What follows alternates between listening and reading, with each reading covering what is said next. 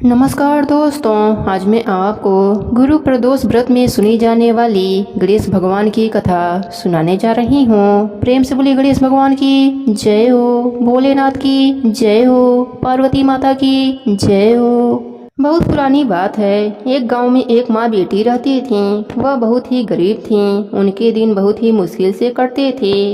एक दिन बेटी माँ से कहने लगी, माँ, गांव के सब लोग गणेश मेला देखने जा रहे हैं, मैं भी गणेश मेला देखने जाऊंगी। माँ ने कहा कि बेटी, वहाँ बहुत भीड़ होती है, तुम कहीं गिर जाओगी। लेकिन लड़की ने माँ से कहा, नहीं माँ, मैं तो जाऊंगी, मुझे भी मेला देखने जाना है, सब लोग जा रहे हैं। लड़की ने बार बार माँ से आग्रह किया तो उसकी माँ ने कहा, ठीक है बेटी, तुम चली जाओ मेला देखने। लड़की मेला जाने के लिए तैयार होती है। तब उसकी माँ जाने से पहले उसे 2 लड्डू दिए और पानी दिया। माँ ने अपने बेटी से कहा, बेटी, एक लड्डू तू गणेश जी को खिला देना और उन्हें थोड़ा पानी पिला देना, और दूसरा लड्डू तुम खा लेना और बचा हुआ पानी भी पी लेना। लड़की लड्डू लेकर मेले में चली गई। लड़की ने मेला देखा, मेले में घूमने लगी, उसे बहुत मजा आ रहा था। शाम हो गया, सभी गांव वाले अपने अपने घर वापस आ रहे थे, लेकिन वह लड़की गांव वापस नहीं गई। लड़की मेले में से गणेश जी के पास जाकर बैठ गई और कहने लगी, एक लड्डू और पानी गणेश जी आपके लिए, और एक लड्डू और बाकी का बचा हुआ पानी मेरे लिए है।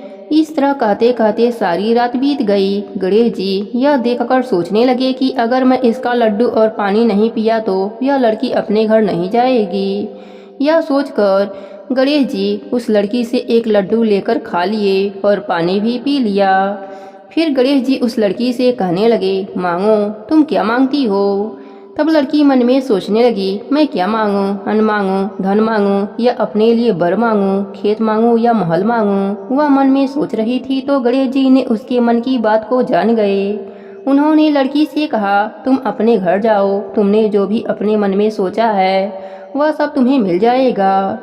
इसके बाद लड़की अपने घर चली जाती है। तब लड़की की माँ पूछती है कि बेटी, तुम्हें इतनी देरी क्यों हो गई? सारे गांव वाले तो शाम को ही मेले में से लौट आए थे। बेटी ने कहा, माँ, आपने जैसा कहा था मैंने वैसा ही किया और अपने माँ को सारी बात बताई। देखते ही देखते जो लड़की ने मन में सोचा था वह सब कुछ मिल गया। गणेश भगवान की कृपा से लड़की के पास सब कुछ हो गया और वह माँ बेटी सुखपूर्वक रहने लगे। अब माँ बेटी नित्य नियम से गणेश भगवान की पूजा आराधना और कथा कहानी सुनने लगे। गणेश भगवान की कृपा से उनके घर में सुख समृद्धि का वास हो गया। हे गणेश जी महाराज, जिस प्रकार आपने इस लड़की पर अपनी कृपा करी, वैसे ही अपने सभी भक्तों पर अपनी कृपा बनाए रखना। कहानी अधूरी हो तो पूरी करना, पूरी हो तो मान रखना, सबके व्रत को पूर्ण करना। प्रेम से बोलिए गणेश भगवान की जय हो, भोलेनाथ की जय हो, पार्वती माता की जय हो। एक समय की बात है, एक नगर में एक साहूकार रहता था। वह बहुत ही अमीर था। उसके घर एक ब्राह्मणी रोटी लेने आया करती थी।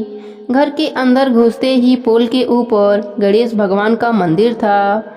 वह गणेश भगवान को रोटी का एक टुकड़ा भोग लगा देती थी। इसी तरह करते करते बहुत दिन हो गए।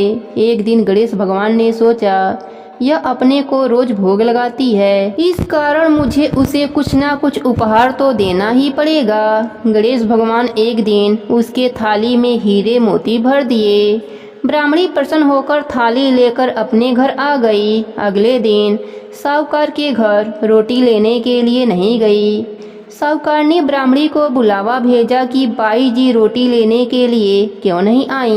ब्राह्मणी ने कहा कि मुझ पर तो गणेश भगवान प्रसन्न हुए हैं, बहुत वर्ष तक रोटी दूसरे के घर की खा ली, अब अपना रोटी खाऊंगी। साहूकार ने यह बात सुनकर मन में बहुत नाराज हुई कि गणेश भगवान ब्राह्मणी के ऊपर तो प्रसन्न हुए परंतु मेरे ऊपर प्रसन्न नहीं हुए। तब साहूकारनी ने गणेश भगवान की मूर्ति को हटाकर बाहर फेंक दिया। इधर सेठ जी के दुकान में धंधा पानी चलना बंद हो गया। एक दिन सेठ जी की नज़र पोल की मंदिर पर गई तो सेठानी जी से पूछा कि गणेश भगवान कहाँ गए। साहूकारनी ने कहा कि ऐसे गणेश भगवान का क्या करें जो ब्राह्मणी पर तो प्रसन्न हुए लेकिन हमारे ऊपर प्रसन्न नहीं हुए। इस कारण मैं गणेश भगवान को हटाकर पोखरे में फेंक दिया। सेठ जी ने कहा, यह तुमने क्या किया? मेरे तो सारे धंधे पानी चलना बंद हो गया।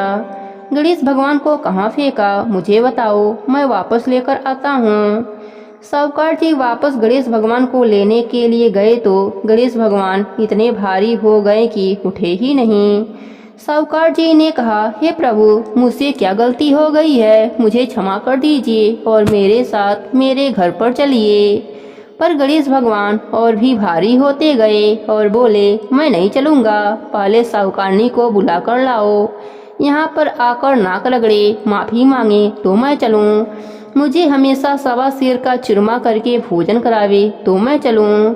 साहूकार साहूकारनी को लेकर नाक रगड़वाया और माफ़ी मंगवाई, सवा सिर का चूरमा चढ़ाने का हामी भरवाई। तब गणेश भगवान हल्के हो गए। साहूकार गणेश भगवान को लाकर पोल में बैठा दिया।